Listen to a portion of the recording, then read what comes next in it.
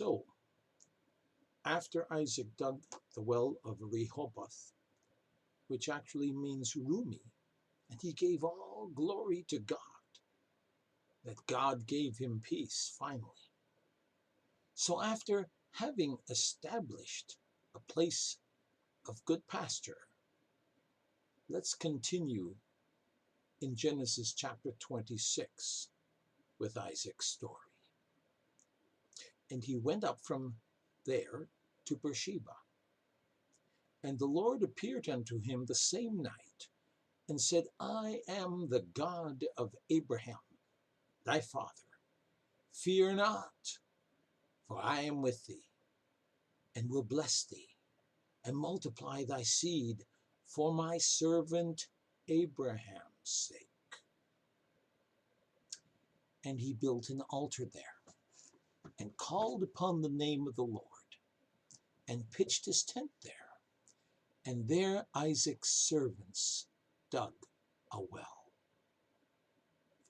Then Abimelech went to him from Gerar, and Ahuzah, one of his friends, and Phicol, the chief captain of his army. I could go on, but we'll do that tomorrow. Let's unpack this. After he established a good place to pasture, which he did, at the place called Rumi, Rehoboth, Isaac moved on to Beersheba. If you remember anything about Beersheba, it means the well of seven, or the well of oath. And Abraham planted an oasis there, a grove of trees, where in the middle of all this idolatrous country, you could worship God. And that is where Isaac retreated to live there, probably for the rest of his life. In essence, the famine being over, he returned to the place where he and his father formerly lived when the last treaty 100 years ago was signed with the former Abimelech. Like I just said, in Genesis 21:33, it says, and Abraham planted a grove in Beersheba and called there on the name of the Lord, the everlasting God. It's good, too, that he retreated there, because he just gave glory and honor to God for all the peace he had in the last well he dug. So back in verse 22, the Lord was given the glory, honor, and praise. Isn't that what we said? For now, the Lord, here we go, hath made room for us. The same night that Isaac arrived in Beersheba, the Lord appeared to him and said, isn't that something? I am the God of Abraham, thy father. Fear not, for I am with thee, and will bless thee, and multiply thy seed for my servant Abraham's sake. When I was reading this and read, I am the God of Abraham, thy father, it brought to my mind what Jesus said in Matthew 22:32 when he spoke to the Sadducees. I am the God of Abraham and the God of Isaac and the God of Jacob. God is not the God of the dead, but of the living. You see, though Abraham's body was dead, his spirit was alive. Fear not. That exact phrase appears 62 times as a great source of encouragement. I remember Jesus saying, "Fear not." Throughout history, God has often said, "Fear not," because fear cripples us, cripples our faith. I digress. I'm sorry. So fear not. This exact phrase appears 62 times as a great source of encouragement in the Bible. But followed by this is a brief assurance that the covenant with Abraham was still active in him. God says, "I am with thee. I will bless thee. I will multiply thy seed for my servant Abraham's sake." In response to God's appearance, Isaac built an altar, probably not far from where his father had built an altar, and he worshiped the Lord. What he also did was he pitched his tent intending to set up a new home base in Beersheba, and we already mentioned that. He moved down to Beersheba to make that his new home. Though Abraham had previously dug a well, it was probably deteriorated from misuse. After all, it's been 100 years since Abraham was there. So they dug a new well.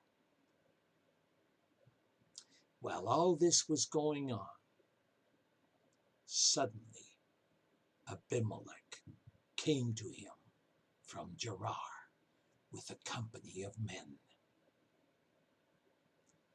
It says here that he came to him from Gerar with Ahuzaph, one of his friends, and Pichol, the chief captain of his army. See, after Isaac was settled in Beersheba, Abimelech perhaps feared Isaac might employ his riches and power against him and attack him and take his kingdom from him. After all, Abimelech did treat him badly, didn't he? He capitulated to all his nobles who were envious of him. To make matters worse, like it was just said, he was accompanied by Ahuzah, one of his friends, probably a very close friend. The king took him along, probably for moral support.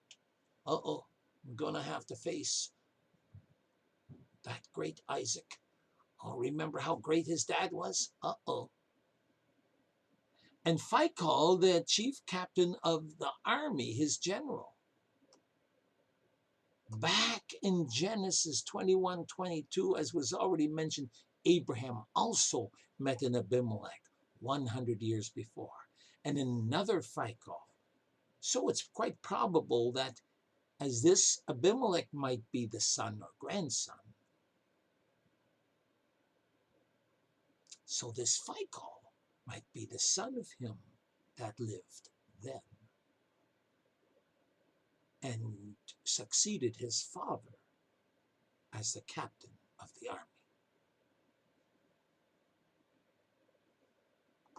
So, what must have gone through Isaac's mind when Abimelech suddenly appeared? Wisdom and experience has taught us that envy often develops into acts of destruction, which it did. Destroying those wells was barbaric. And failing that, because remember, Isaac persisted.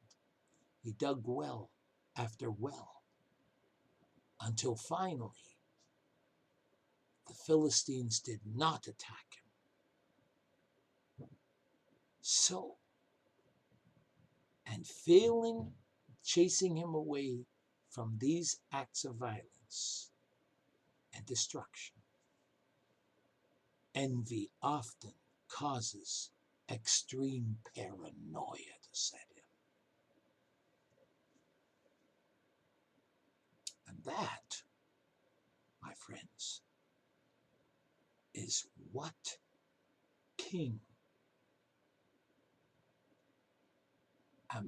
Abimelech, King Abimelech, was paranoid that Isaac might attack him. Well, his sudden appearance didn't look good. So, often when we're finally faced with a great ultimatum, there comes a time to stand your ground. Even as a Christian, sometimes we need to stand our ground.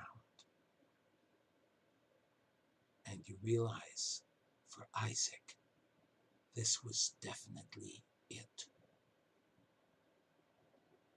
Friends, I pray that as you face adversity in life,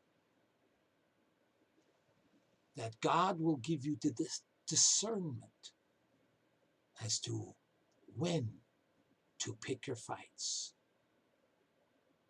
Don't do it rashly. Isaac didn't do it rashly. Isaac was peaceful. But now, Isaac was going to act.